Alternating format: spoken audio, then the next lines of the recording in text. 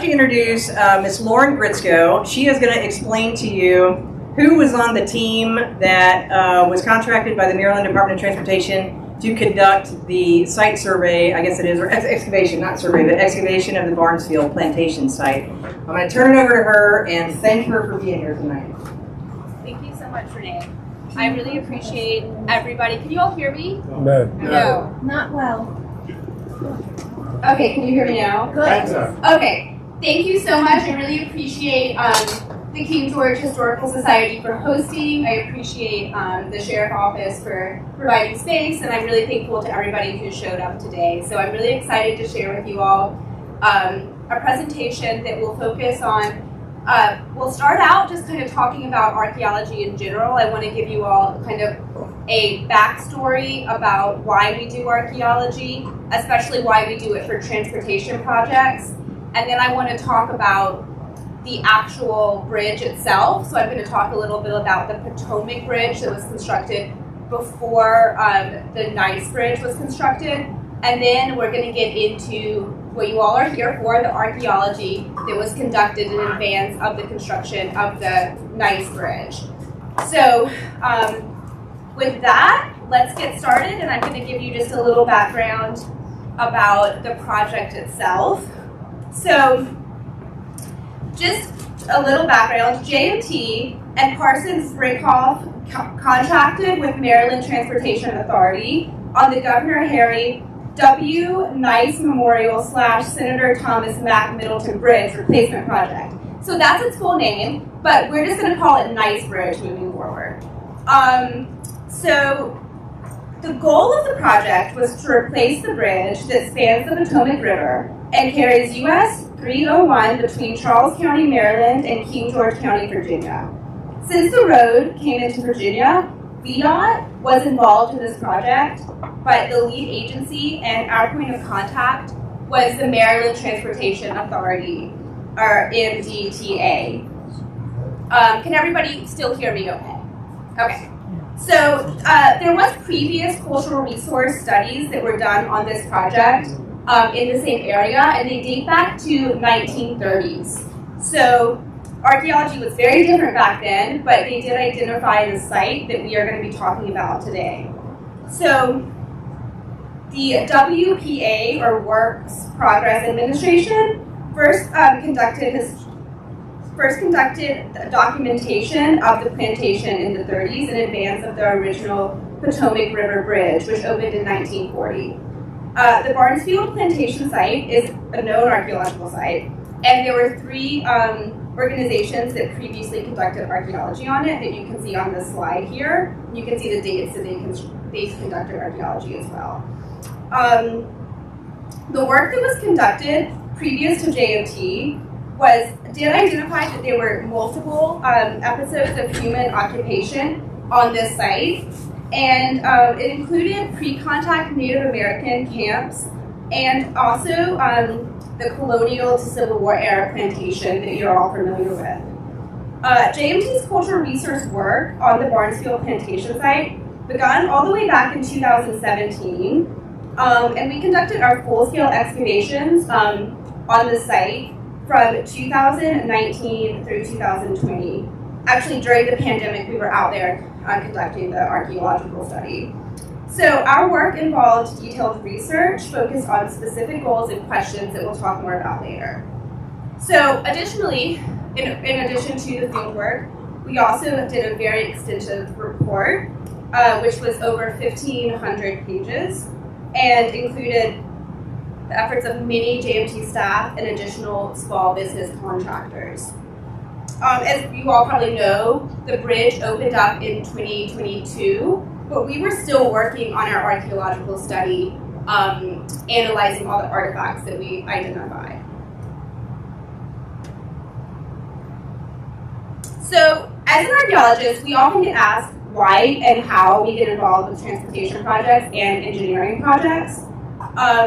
So archaeology is part of a transportation project mostly because it is the law. It's part of the National Historic Preservation Act, which passed in 1966. So The Act acknowledges the preservation of cultural resources, including archaeological sites, architectural resources, and landscapes are in the public's interest. So the first two lines of the National Historic Preservation Act actually say that Congress finds and declares that the spirit and direction of the nation are founded upon and reflected in its historic heritage. The historical and cultural foundations of the nation should be preserved as a living part of our community, life, and development in order to give a sense of orientation to the people. So we do archaeology because it's legally required, but we also do it because we have an ethical and moral obligation to identify and preserve our historic and prehistoric past. So there are several sections of the law that I'll highlight really quickly that kind of come into play when we're doing transportation projects. So Section 101 sets up the National Register of Historic Places and its 4 criteria for eligibility, which I'll discuss later in context to the plantation itself, the Barnesfield Plantation.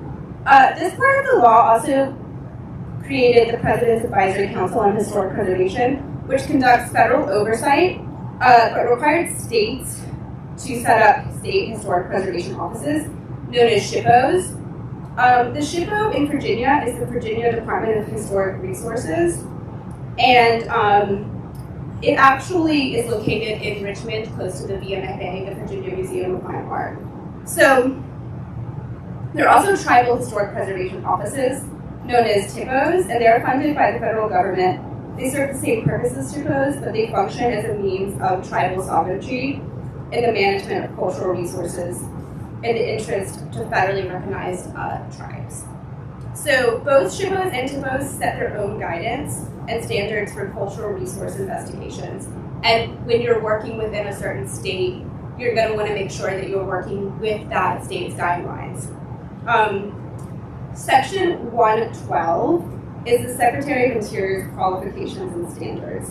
This section just outlines the qualifications you need to have in order to be a professional archaeologist or professional historical architectural researcher. Section 106 is the most common section for archaeology, and it states that the federal government is responsible for identifying and mitigating impacts to cultural resources on projects on federal lands and waters, and anything that is federally funded and includes federal money. This is the reason why archaeology and architectural history was done for the Knightsbridge project. The Knightsbridge project received federal funding, and it passed through both Virginia and Maryland, so it was required to have an assessment done. Yes, sir? So if there's no federal funding, does the National Historic Preservation Act apply? Say there's a housing development that has 40 or 50 houses, and the Department of Historic Resources require that they do an archaeological investigation? No. So the law only applies to federal projects and projects that involve federal funding. The one thing you will find a lot when archaeological studies are required is because a project is involved in a wetland, like it's close to a wetland, and that wetland has to be federally permitted. So even if there's no federal funding or it's not on federal land, if a wetland is involved, archaeology can come into play that way.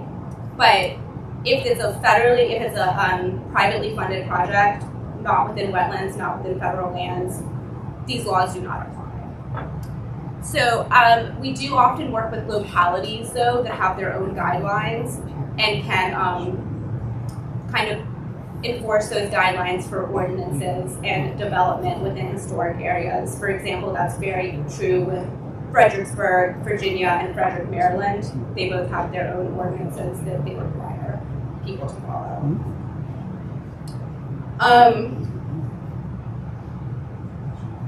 Okay, so I'm going to give you all a quick little archaeological field school in order to prepare you for our discussion of Barnesfield Plantation. So basically, I want to make sure you have all the phrases down and all the methodology down before I start talking about the actual work, so you'll know what I'm talking about.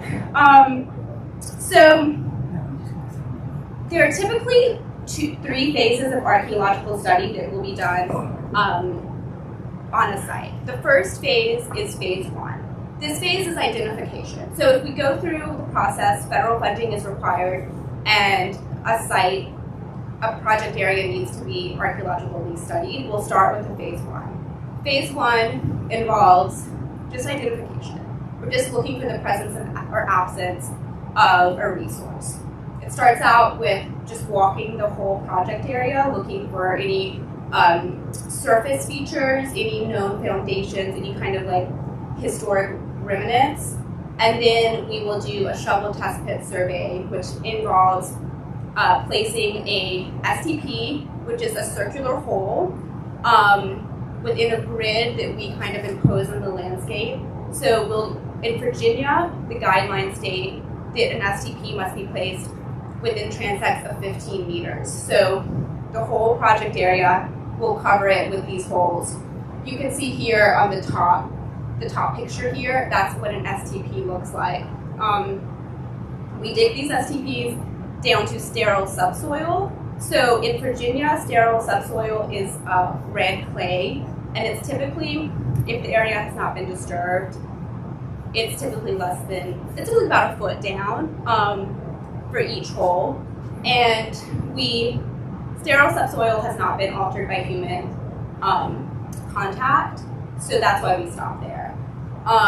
When we dig these, we're looking for artifacts that we're going to collect, and we're also looking for any kind of indication in soil differences, so we can maybe identify a feature, which I'll talk more about later.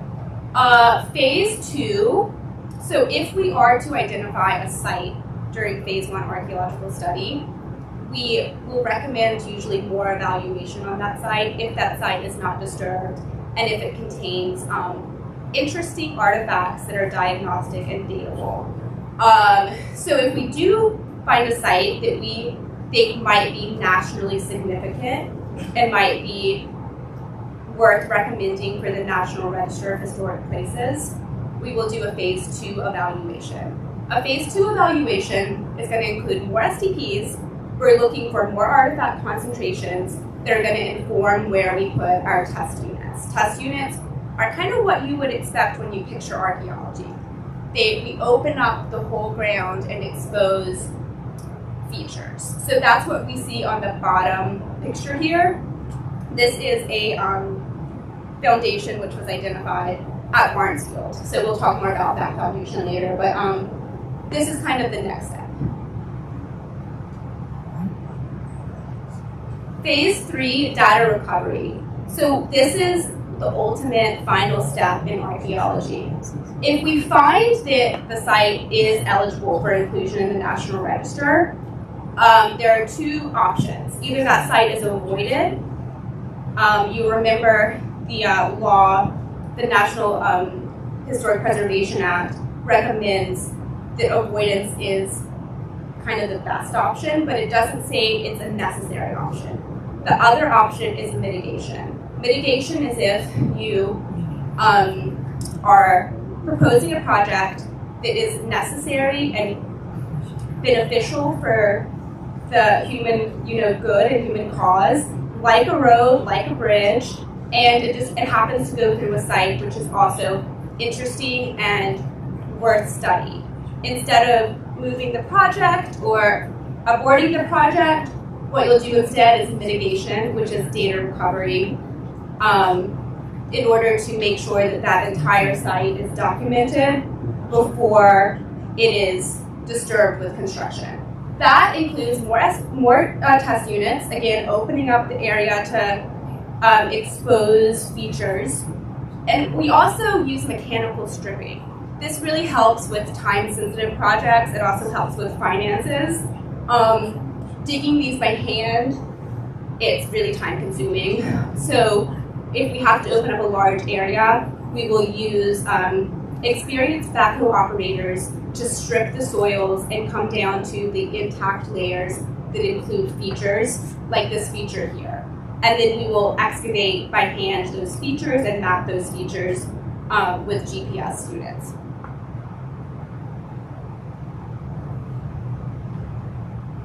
All right, So when we were talking earlier, I used phrases like artifact and feature, and just really quickly to define those. An artifact is an item that was created or modified by humans that you can pick up and remove from a site. It includes projectile points, it includes modified worked stones from Native Americans, and it includes the debitage created by those by creating those projectile points. It also includes obviously glass bottles, loose bricks, seeds that were used for cooking or for planting, charcoal, so tons of different things. And a feature is an object or like a soil anomaly that was modified and created by humans, but that you can't pick up and remove. So that includes like a brick walkway. It includes post holes, so post holes that were dug out and filled back in. You can see those in the soil. You can document it, but you can't pick it up and move it. So use the word site a lot too. Barnesfield Plantation is an archaeological site. Archaeological sites can be both, they can be pre-contact Native American sites inhabited prior to the 1600s, prior to colonization, or they can be historic, post-colonization, post-colony, all the way up to 50 years ago. They can be multi-component, which means they're both. They were a lot of times really nice land, especially land that overlooks a river that was always accessible and always provided resources. That's usually going to have been occupied by both pre-contact Native American people and people in the past and present. So that's what we found with the Barnesfield Plantation site. We found that it was occupied by Native people. They would have been using that river for transportation and resources.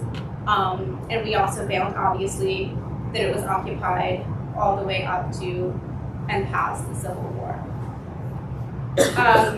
So each state has a different,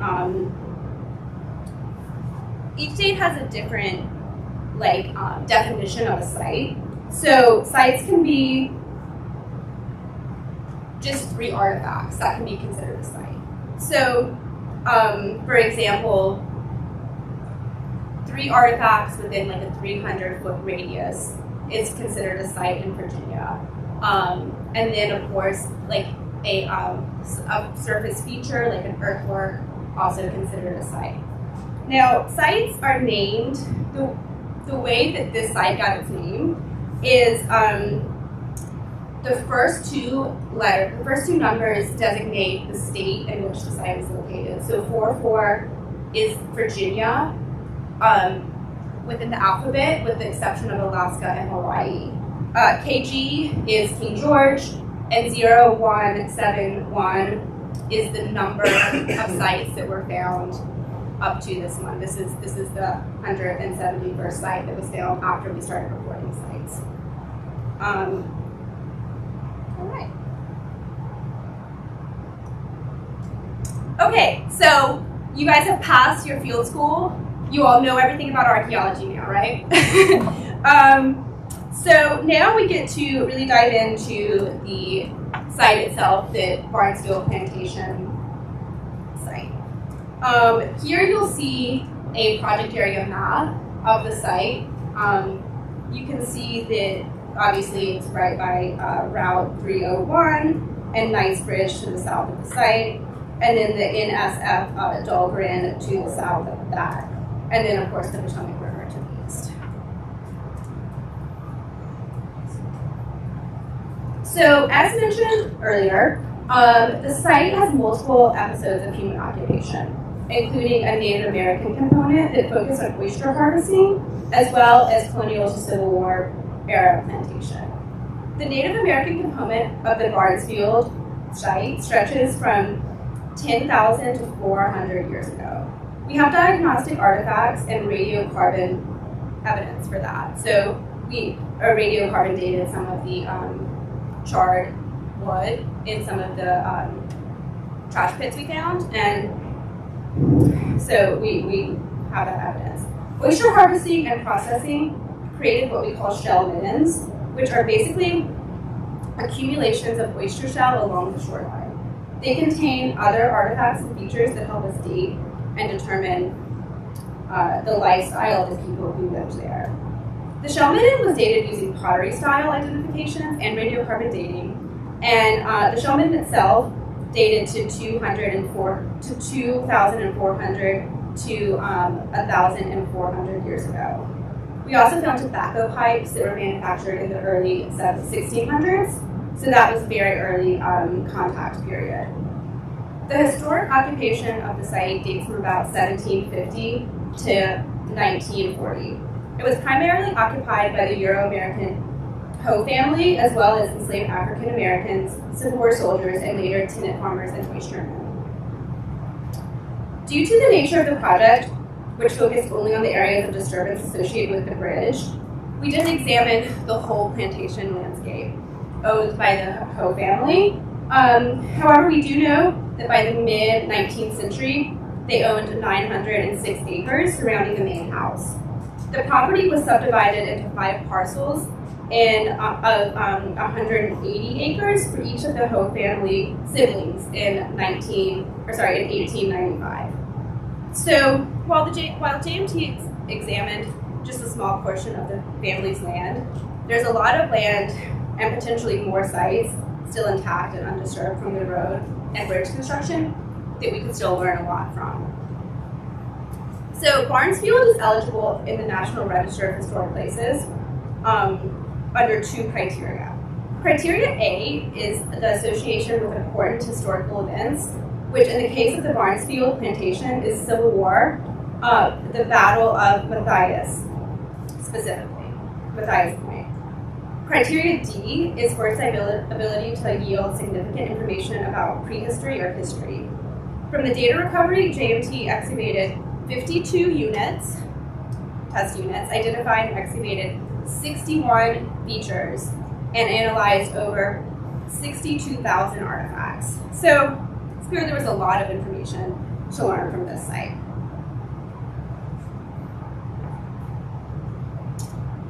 So, as I probably made it clear, the scale of this project was really enormous, and it's difficult to distill all the findings of a 1,500-page paper into a presentation.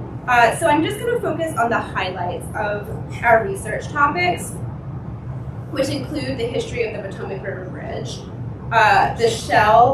the woodland shell midden, the Native American woodland shell midden, the architecture itself, Civil War, socio-political status, and foodways.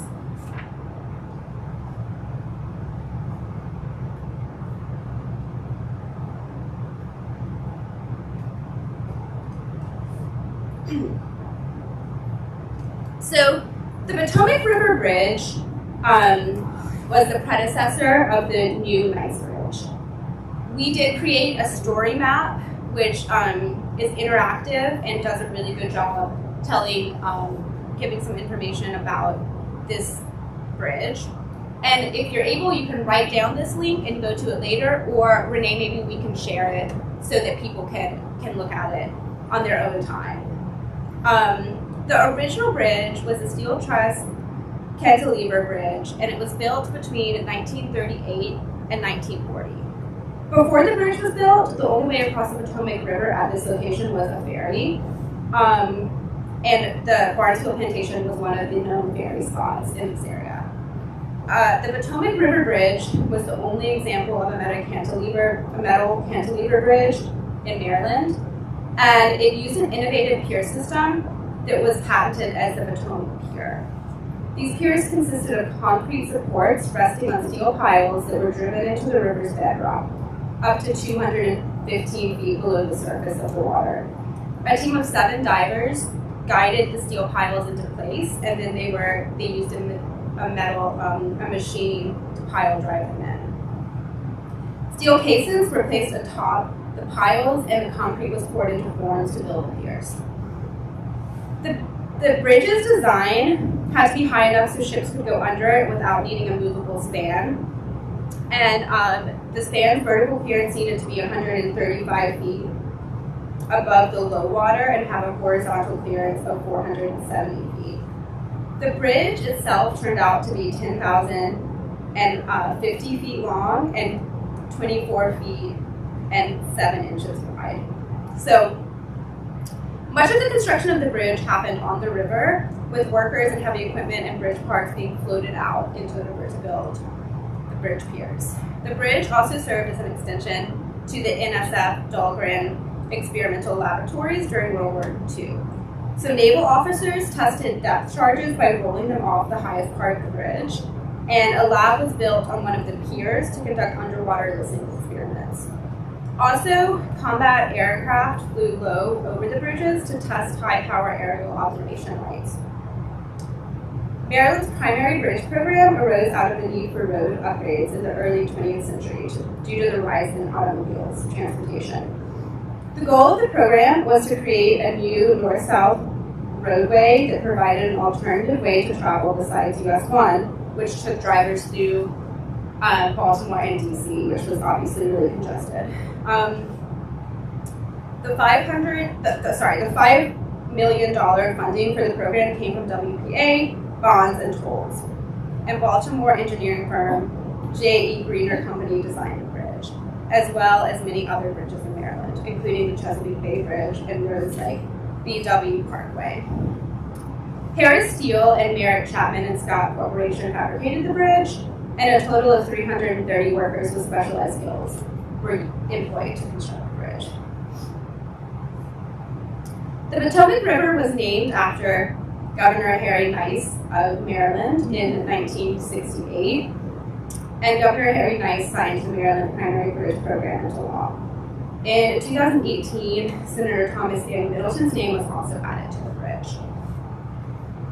The bridge made it easier to link southern Maryland and Virginia via Route 301, and it brought more tourism and economic activity to both the Virginia and Maryland side of the bridge. Tourism was driven by casinos and nightclubs, which were legal in Maryland but not legal in Virginia. So Virginia found a way around this by building casinos on piers into the Potomac River, which was owned by Maryland. But this practice ended in 1958 when Maryland outlawed gambling on the piers.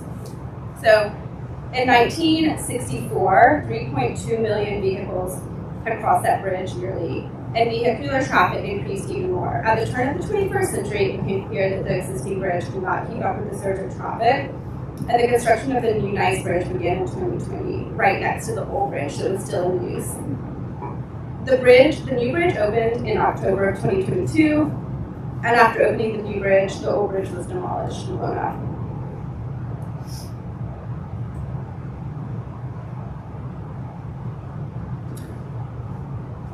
All right, now we're going to shift gears. We're going to talk about the archaeology at Barnesfield Plantation that JMT conducted. So I'll start out talking about the Native American site that we identified. So in Virginia, time in pre-contact Native America is broken into 3 periods: the Paleo-Indian, the Archaic, and the Woodland periods. The Archaic and the Woodland periods each have 3 subperiods: early, middle, and late. The pre-contact component of Barnesfield Plantation includes indigenous occupation from the Paleo-Indian period to the late Woodland transitional period. So approximately 10,000 years ago up to 400 years ago. It's almost the entire length of human occupation known in Virginia. This site has been used. Mobile hunter-gatherers from the Paleo and Archaic periods occupied the site, as we identified their presence using distinctive shapes and tools, like what you see in the far right of this photo.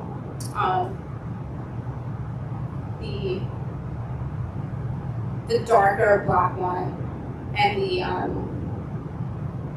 highest one in that picture right there show Paleo-Indian periods. And later, semi-sedentary community groups camped along the river to harvest and process oysters during the Woodland period. So This is when occupation would have become pretty permanent along that river. We use pottery, like the pottery shown in the bottom left photo, to date the woodland period occupation.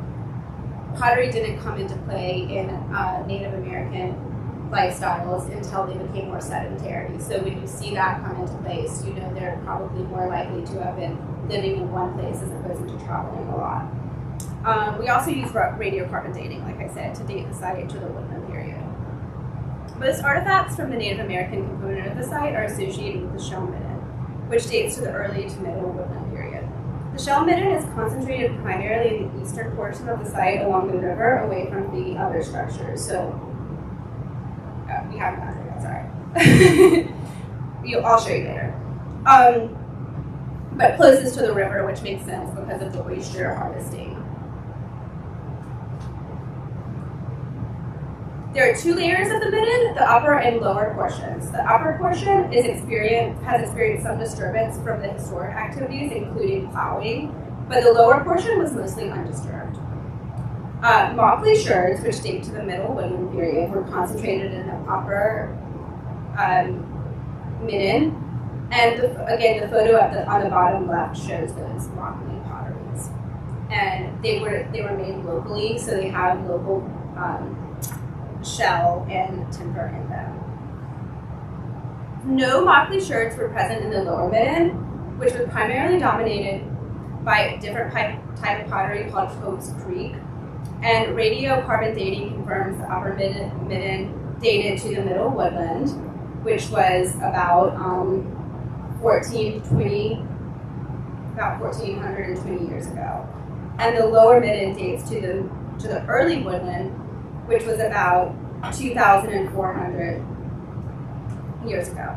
So we also did a faunal analysis on all the animal bones that were found on the site, and including the shell that was found on the site. And the faunal analysis indicates that the shell deposits were relatively evenly distributed across the site, as well as vertically within the shell midden, suggesting that this was an ongoing process of gradual accumulation of material. So, features associated with the midden include a cluster of post holes and pits. The top left photo is a pre-contact pit that's filled with shell.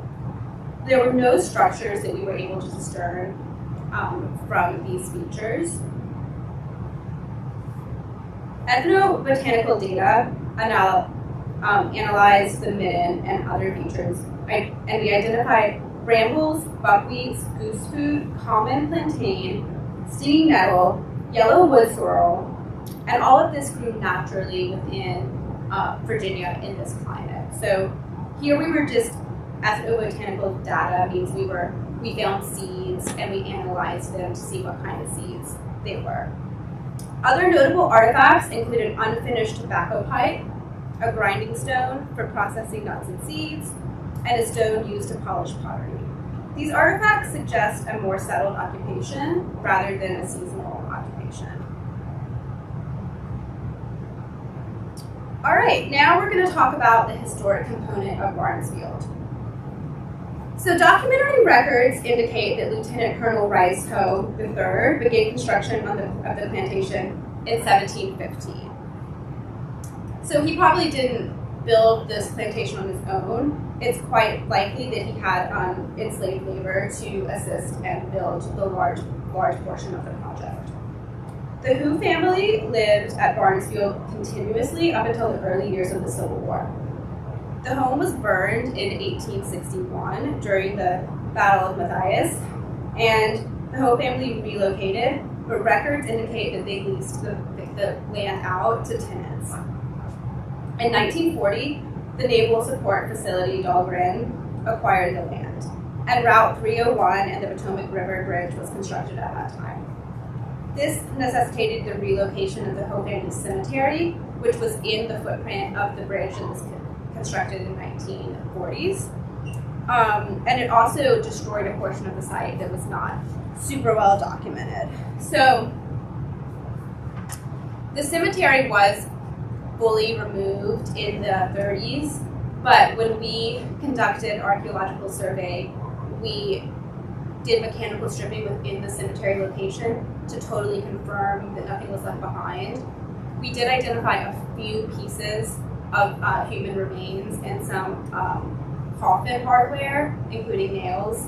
So we had a reburial permit in place when we found them, and we worked with descendant communities to come up with a burial relocation plan. And there was actually a known cemetery where the family was buried, so we just relocated the bones there. All right, so here, this is a brick walkway associated with the main house that we identified during archaeological study at the Barnesfield Plantation. Okay, so this is the map I was looking for earlier. So you can see here, the river is like on the east side, obviously, but kind of get yourself situated there. A comparison of the Barnesfield architecture to similar sites of the same time indicates it was a typical example of a moderately sized plantation of a moderately well-to-do planter class in this time period in Virginia. JMT identified 6 primary historic activity areas: the main house, structures A, B, C, and D, and a historic pit and post feature cluster. There was also the family cemetery, which I already mentioned. And the main house was composed of a brick foundation, a chimney foundation, patios like the ones I just showed you in the last photo, builder's trenches, floors, collapsed walls, and collapsed upper level floors, some historic pits, and a cellar.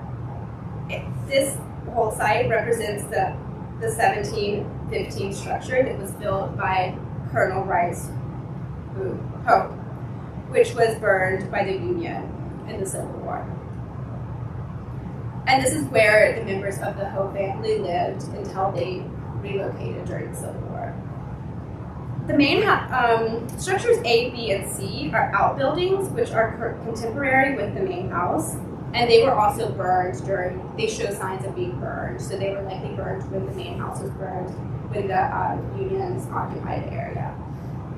Structure A was composed of 4 square posts, and its function is indeterminate, but it may have been an exterior architectural feature related to the main house. Diagnostic artifacts show that it had an early construction date before 1750, so it was probably constructed at the time of the main house. Structure B is composed of a brick foundation and a thermal feature, burned feature. Diagnostic artifacts date circa 1650 to 1750. And structure B's function, we were not able to determine it. We did not have enough information. Structure C was composed of 2 parallel foundations perpendicular to the builder's trench, with a burned pit, probably like a fire pit, in the center. 2 clusters of post features and 1 pit were present in the south of structure C.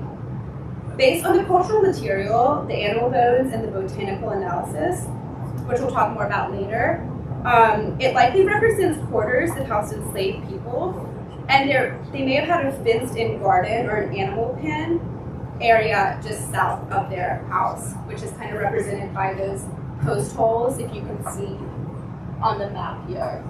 The post holes south of structure C made of a fence.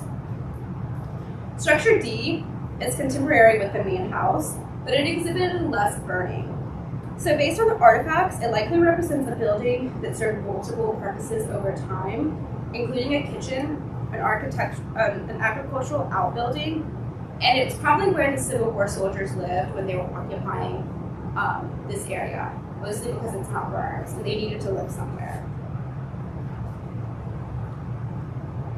Artifacts post-dating 1870 were also identified in and around structure D, which again indicates that it was occupied after the Civil War II. 2 layers of brick floors were identified in that structure, and that may suggest that it was remodeled, again, which kind of explains its longer occupation. We know that the Hope family leased the property to tenant oystermans after the war, so Structure D may have been where the tenants lived instead of the main house. The historic Midden Pit and Post feature cluster is situated east of the main house, and this area also contains many of the pre-contact features that I talked about earlier.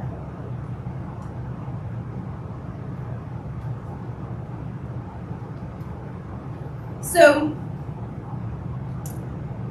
the Civil War, this site played a big part in the Battle of Matthias Point, and it was burned during that battle. So, on May 1st, 1861, Confederates installed artillery at Matthias Point to blockade the Potomac River.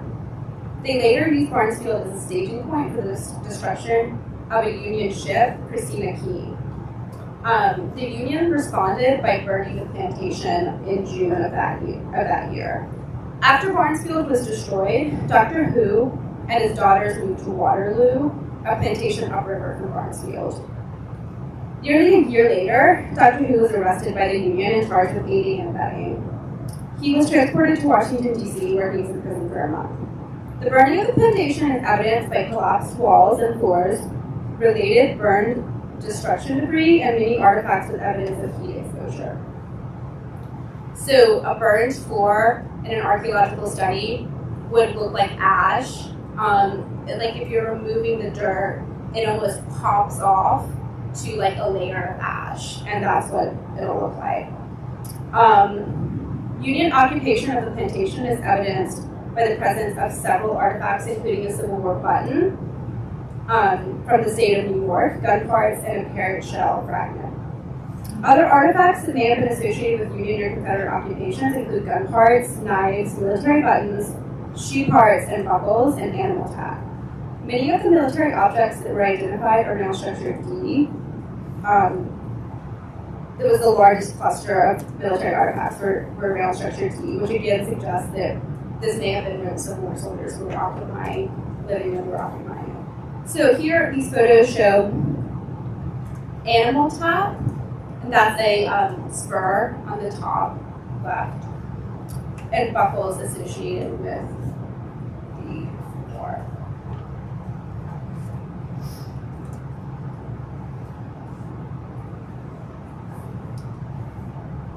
Reconstructing social and political status requires both quantitative and qualitative interpretation, including diagnostic artifacts, historical documentation, anthropological, and social theory. We use artifacts like ceramics and small finds, like buttons and tobacco pipes and coins, to interpret the wealth and status of the Who family. While we did find many tobacco pipes and personal adornment items, we're going to focus on ceramics and coins because they're kind of the most interesting finds that we encountered. We had over 13,000 ceramics that we identified in the data recovery, and most were imported. And during that time period, imported ceramics indicated wealth and status of being able to obtain those items. Overall, the ceramics do appear to indicate a high level of wealth and status, especially during the occupation of Abraham Barn, who lived there from 1805 to 1841. James identified a dense concentration of ceramics in the corner of the main house, likely the dining room. We believe that this area contained a china cabinet that fell and collapsed when the house was burned. So we believe that the china cabinet contained a display of a series of ceramics, and it just kind of fell and burned, collapsed in place. So we found like whole plates, like the plate you see here, just pretty much entirely intact, within the fact that they were kind of broken up. The display of the large collections of ceramics can be interpreted as an attempt by the Ho family to demonstrate wealth and status through displaying these newly acquired ceramics. And ceramics during this time period were used as a way to demonstrate wealth. When you would have people come over for dinner, you would serve them on your finest ceramics, and you would additionally have them on display in your cabinet. So many stylish patterns were found at the Who family's plantation, including sporting series, flower arrangement series, and the blue willow pattern. The plate on the show here is the two stags from the sporting series. We also found a presence of tureens, platters, stylish tableware and decorative ware, and teaware that demonstrate that the family was investing in wares that would signal their wealth when they served them. It also suggests that they had the means to acquire the types of foods that would be used to serve in these stylish forms. For example, teaware suggests that they were serving people stylish tea, that they had the means to acquire the tea and the goods that would be used for that kind of ceremony. Only 37 ceramics were collected from the site that have a diagnostic range for when Dr. Ho held the property between 1841 and 1861. Possibly, he did not possess the level of wealth that his father did, or it's just as possible that he chose to invest in other gains. So, historical documentation references rambling additions to his house that he would have built on. So it's possible he was just choosing to invest his money in other things, like building onto his house, as opposed to acquiring objects such as ceramics. Only 6 ceramics, none of which were refined or decorated, were collected from structure C. And this suggests that when the occupants of the main structure acquired new ceramics, they didn't share the ceramics, their old ceramics, with the occupants of structure C. Gold and silver coins, this is really cool, they were found under the chimney of the main house. And this could indicate the wealth of the family as well. A total of 5 were recovered, and this includes the 2 George III guineas, and which date to 1765 and 1766. And then 1 coin dating to 1786, and 1 Liberty half dime that dates to 1848. 2 coins were identified in a soil stratum above the other 3 coins, which indicates 2 different deposits. 4 of the 5 coins were clipped or very worn. It's possible that they continued circulation in advance of their disposition. The minted dates alone suggest that most coins were in place well after the construction of the house. It's possible that the coins were considered heirlooms and were purposely redeposited in the chimney to safeguard them. However, coins also are known to be a ritualistic item, and they may have been a ritualistic deposit, which may demonstrate that the Ho family practiced private, magic rituals derived from Christian and British folk traditions to protect the house, its occupants, and the surrounding homestead. The Ho family is of Welsh descent. Examples of religious or folk tradition deposits from British and American traditions include concealed coins, witch bottles, shoes, and cats. The numbers 3, 5, and 7 also have symbolic meaning for their associations with biblical themes. No other explicit material evidence of the Ho's practicing Christianity was observed. While this does not preclude the family from being religious, it may be that the coin cache is better explained as a folk tradition. The chimney is symbolically significant for the association with lunar spirits and celebrations, so like Santa Claus. Additionally, the left paw of a domestic cat was recovered from the foundation in the opposite side of the house. So cats and leftedness have also been documented in European and Euro-American archaeological context and association with buildings as a means of protection. So together, the gold coins and the cat paw may reveal the family's anxieties and desire for healing and protection in their home. So here you see some of the points we found. So when people ask us, do we find gold in archaeological digs? Usually no. This was a really unexpected, not typical. You typically do not find gold.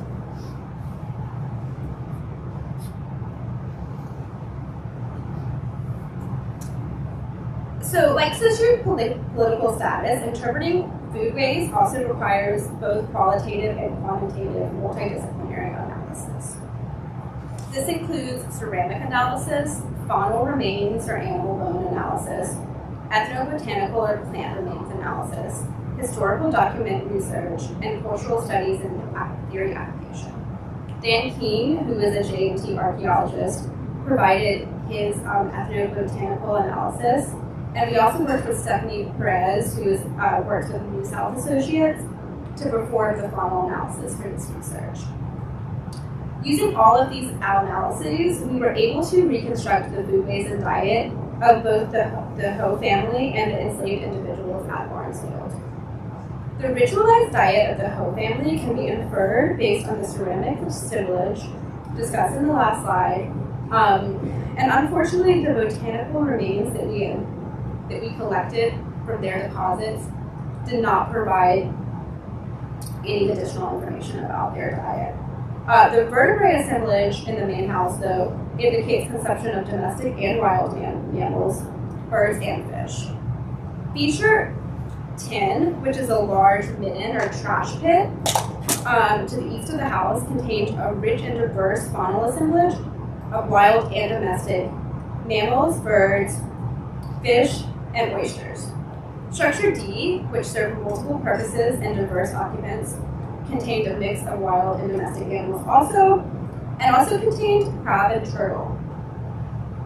Structure C, the residence of enslaved black laborers, lacked ceramics, which is a common signature of enslaved sites on plantations. Ceramics were recovered. The ceramics that were recovered were utilitarian and only focused on function, not style or form. And they were likely associated with stew and soup consumption. The animal bone assemblage of feature 81, which is a thermal pit, probably cooking feature, that was likely a central hearth. In structure C, which was occupied by the enslaved individuals, shows a low diversity, which reflects a diet consisting of domestic animals and less meat-rich parts of the food of the animal, including the head and the foot. Overall, butchered and splintered bone fragments may indicate the use of bone marrow extracting for soup or stew. And this was a typical strategy used by enslaved individuals in order to get flavoring and added nutrition. They would extract the marrow and create soups and stews out of that. They were also very culturally important to the West African cuisine, and this practice was brought over with the West African individuals and used when they were in North America as well.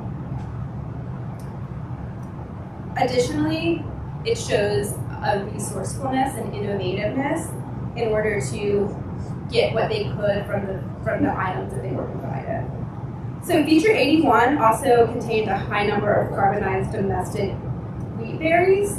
A study of enslaved households at the Richneck Plantation outside of Williamsburg indicated that cereals were likely rations provided by white planters to be prepared as gruel. Other plants identified in feature 81 included a domesticated legume, wild grape, and stinging nettle. Broadleaf plantain was also identified in the post feature. Some of these may have been grown in the garden that I mentioned was out back of the enslaved people's houses. Part of it might have been rations they provided, and some of it was naturally occurred growing within the area. The Richneck Plantation study describes the use of provision in poached gardened and foraged foods as a purposeful diversification of diet for the enslaved African community.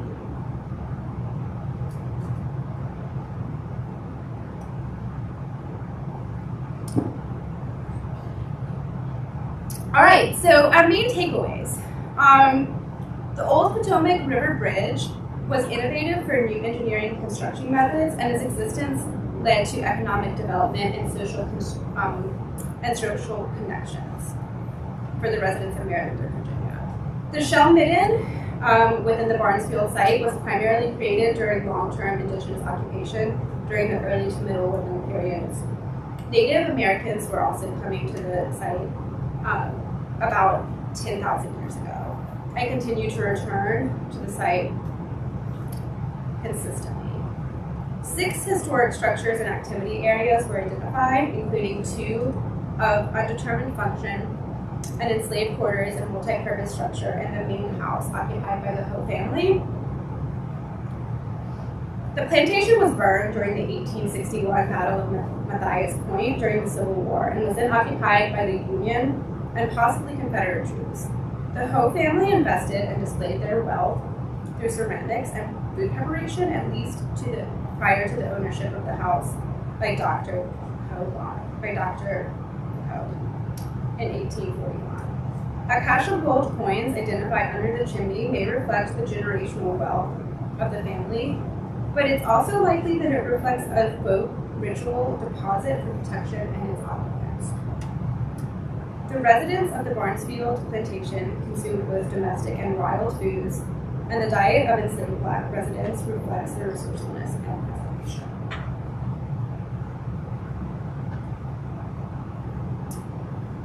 So I have a lot of people I want to thank. Maryland Department of Transportation Authority worked really close with them on this project. They provided really good guidance and feedback as we were working through the report, and have been really helpful throughout the whole process. Youth Health Associates, Stephanie Perez conducted the faunal remains analysis. Navarro and Wright helped us with our archaeological field work, as well as JMT and Dovetail, obviously JMT and Dovetail field crew employees. Our staff, our JMT staff at Richmond Valley, we presented this presentation at the Middle Atlantic Archaeological Conference about a year ago, and we received good feedback and suggestions, which helped us creating this presentation today. Additionally, a couple months ago, we presented for the Women Transportation Systems group to like an engineer, a more engineer-heavy focused group, which additionally provided feedback and insight.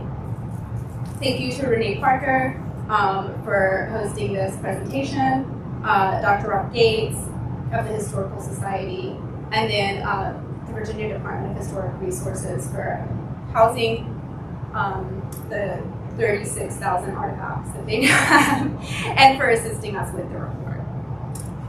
And here you'll see, this is the excavated cellar of the main house. This is where, in the builder's trench of this cellar, we identified some of the oldest pipe stems dating back to the 1600s. So, all right, well, thank you all so much. Oh, Thank yes, you. sir. Oh yeah, we have a lot of questions, I'm sure. So, First question is, with the situation or where the approaches for the bridge are situated, does all that embankment more or less cover the entire site that you excavated? Yes. So we also conducted underwater archaeological studies for this site to both study the potential locations of the ferries and to see if any sites extended into the water that would have been inundated in the past, couple hundred years. The underwater archaeological study was wrapped up well before our phase 3 and did not indicate or identify. Sorry, can everybody hear me? Sorry. It didn't indicate or identify anything of note in addition, like that would have been additionally of note other than what we studied on terrestrial land. But yes, the site does extend all the way up to the water. And the closest, you can see here, just right past the historic pit and post cluster that is the riverbed. And some of those pits are the pre-contact pits too. Yes, sir. Can you point out an overlay over that to where the bridge actually went? Can you walk up to it and show? Maybe? Yeah. Yeah. Right there. So this is the old bridge here. The new bridge was placed right here, and so really did was coming right into the site. Who owns the Barnesfield? Do they? I think the county owns the parts of that place. Yeah, so the county would have been required to. The county did own that land. I think it was a park. It is the Barnesfield Park. Yeah, The so county owns that thing. correct. Yeah. Understood. Yes, sir. So where are the artifacts stored now? Yeah. So we prepare the artifacts for permanent curation. So that means cleaning them, bagging them, cataloging them, and then labeling every single artifact that's large enough for that. And then we deliver them to the Virginia Department of Historic Resources, the State Historic Preservation Office that I mentioned. The reason these artifacts are in Virginia and not Maryland is that the site is located on the Virginia side of the river, so they need to be housed in Virginia. Since the place is closed, are you allowed to get inside the movies and studies and things like that? Yeah, you can, but you have to provide kind of like a research plan or a reason why you would want to access the artifacts. Because it's luck. Exactly, yeah. And you can do that, but there has to be a reason. Yeah, Yeah. One day how you're getting inside to study. Yeah, and exactly. So if I'm going, Do you have a follow-up question, sir? that was my question. Oh. I'm asking about. Yes, and that is why we curate artifacts the way we do, because it's really important to us. There's always more to be learned from archaeological studies and sites, even after we do our big Phase 3 data recovery report. In 3 years or 30 years, somebody might have more questions that we didn't answer in our report, and we need to be able to provide them with the location of the artifacts so that they can go and study them. Yeah, I didn't know that this place, they studied because they've been using for recreation for the county. Yeah. Playing football and doing a lot of stuff. I Yeah, used to right open this place and close it. Yes, sir. The well that's located in the center of your map there, that you don't have anything like the little circular dot in the center? Yes. For all your features? Yes. How far did you go down the well? I do not know the answer to that. Okay. I was not there when that Yeah, occurred. I'm just kind of curious because after what Bill Kelso found down there at Jamestown, Yeah. and their well, I would assume that would be one of the hot spots for any. Yeah. So it was nothing like the swords that he was pulling out. Fort Curtis, Right. Yeah. But and the one thing that we have to so the well was more modern. So Okay. that's why I didn't mention it in this presentation, because it was a more modern feature that didn't really relate to the main occupation. But one thing we always have to be really careful, and I don't know how deep we went, but one thing we always have to be really careful about is the safety issues. So we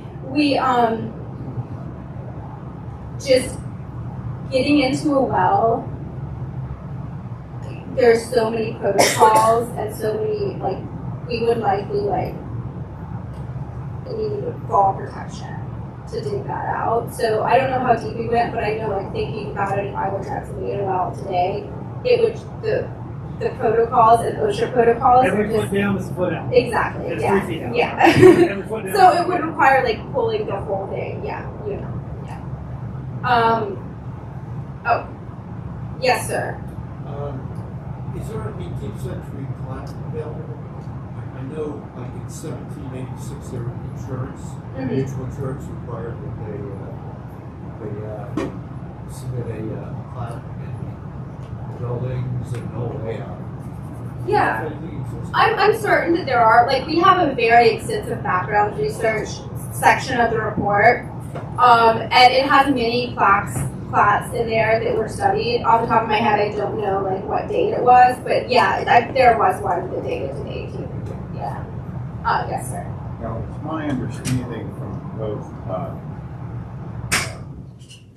VDOT and from Virginia that unless you're an archaeologist, you're not allowed to actually look at the reports. Is that correct?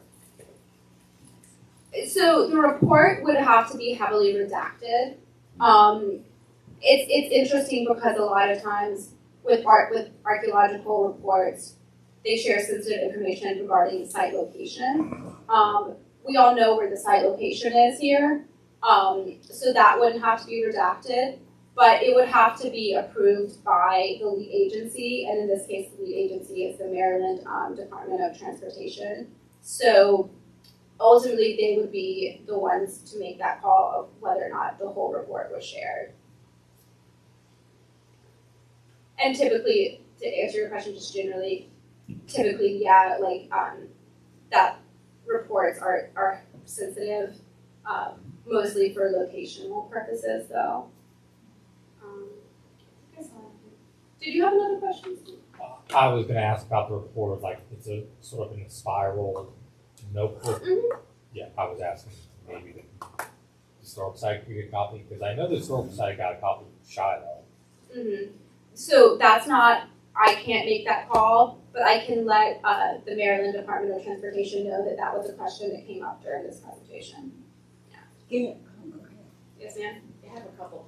I can help with a lot of that type of stuff. With the historical society being able to reach out to DHR or to the MAC lab to look at things, I can help with that. Thank you.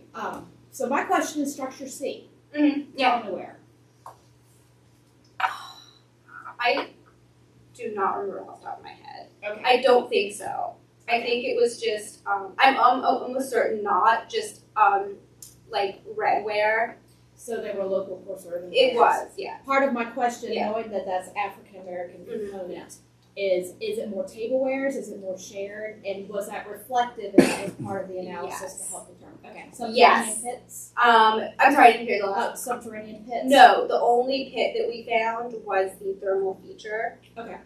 But yes, we did there were many different things that helped us determine that that was most likely the quarters of enslaved people. But one of the things as far as ceramics go is that it was really just the soup bowls, and it was on shared for sharing. Yeah. And it was no decoration, just plain. right, Okay. red wares, and only 7 fragments, I think. Which is very unique. Yeah. I usually at least see a lot more with that time period with an occupation of Africans. You see a lot more, which is why I was questioning if there was common wear. So why do you think that is so few? One of the possibilities is that they were using a shared midden, so that like some of the items that they were throwing out ended up in a different location, maybe in the midden for the main house. The other thing, they could have been using the wooden. You'd see more of the wood with yes. the communal Yeah. eating for that type of thing, where they were throwing it And somewhere you different. wouldn't But find those, right? Yeah. Yeah. that's very odd. Mm-hmm. That's what I thought. That is very, very odd.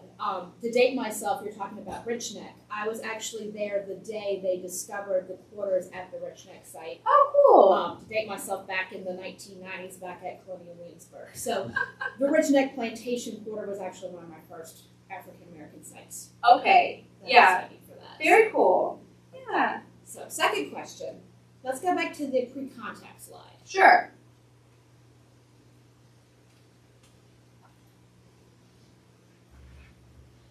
Okay, you said the two in the middle were the Paleo-Indian, correct? Were they fluted? Because I'm not seeing a flute. From what I'm used to seeing, if they're fluted, it's more Paleo-Indian. If they don't, that they consider it more early archaic, but that also depends on who you're talking to and who you're reading. I thought you said the darker one in the top. Yeah. Yeah. Yeah. Because the bottom one certainly looks more like a Clovis, but it's technically not a Clovis if you don't have Right. a flute. Yeah. I misspoke when I was talking about which ones, but yeah, the bottom middle one is the one I meant. Yeah, But- it looks right. more like a non-local Yeah. material as well. Yeah. Maybe Folsom or Thompson. My other question for that one is, did you get C14 dates of Paleo-Indian? Because for Renee, Paleo-Indian is very rare. Like in Virginia, very rare. And the fact that they have something, if you've got a C14 date, you've got something, Right. it's huge. Yeah. Yeah, we did get C14 dates. Awesome. Yeah. Mhm. Okay. Yeah. That was one of the big ones. Because Yeah, you're right, absolutely. the points are not entirely diagnostic on their own. Yeah, but that's huge. Mhm. Thank you. Yes, sir. The pottery shards, I'm used to seeing like rope indentations and stuff that for decor. Maybe I'm missing it, but I don't That's what see you're much. seeing on top of that Yeah. big piece. There is. Which It's just, lines are- It's very yeah, faint. it's very faint. Yeah, but it does have the impressions there. It is decorated. And that impression decoration can help us make a more solid diagnostic date.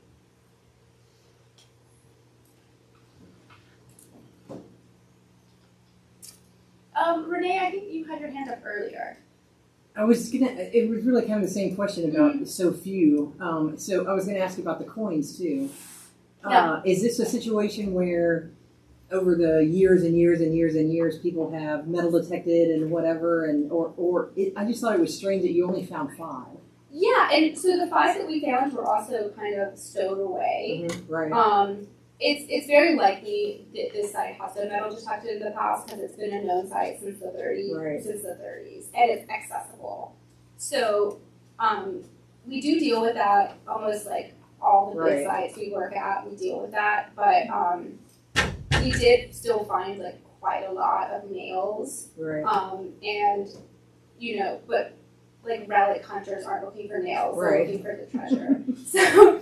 I think though the fact that we found 5 gold coins is pretty amazing Yeah. in itself, because But even told you more because of where you found them. exactly, yeah, and so it's like obviously finding coins is not unheard of because especially like more modern coins, but gold is pretty rare. People don't leave that behind, so it really is interesting, especially that they were kind of cached.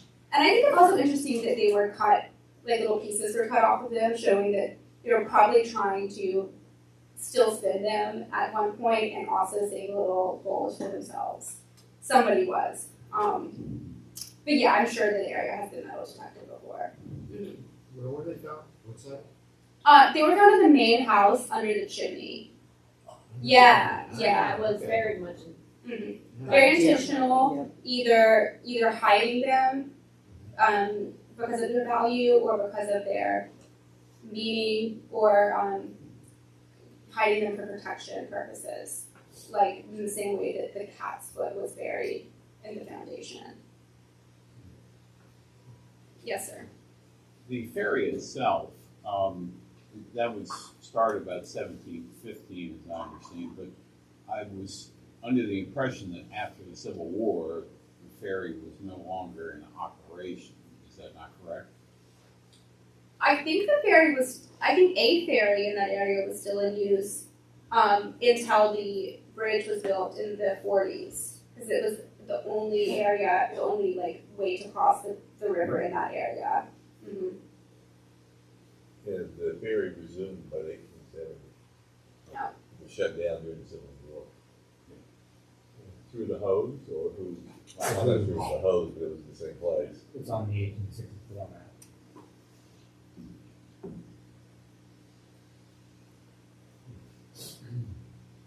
Any other questions? No? Well, I Thank you, can't thank guys. you enough. I can't thank you enough. That was wonderful.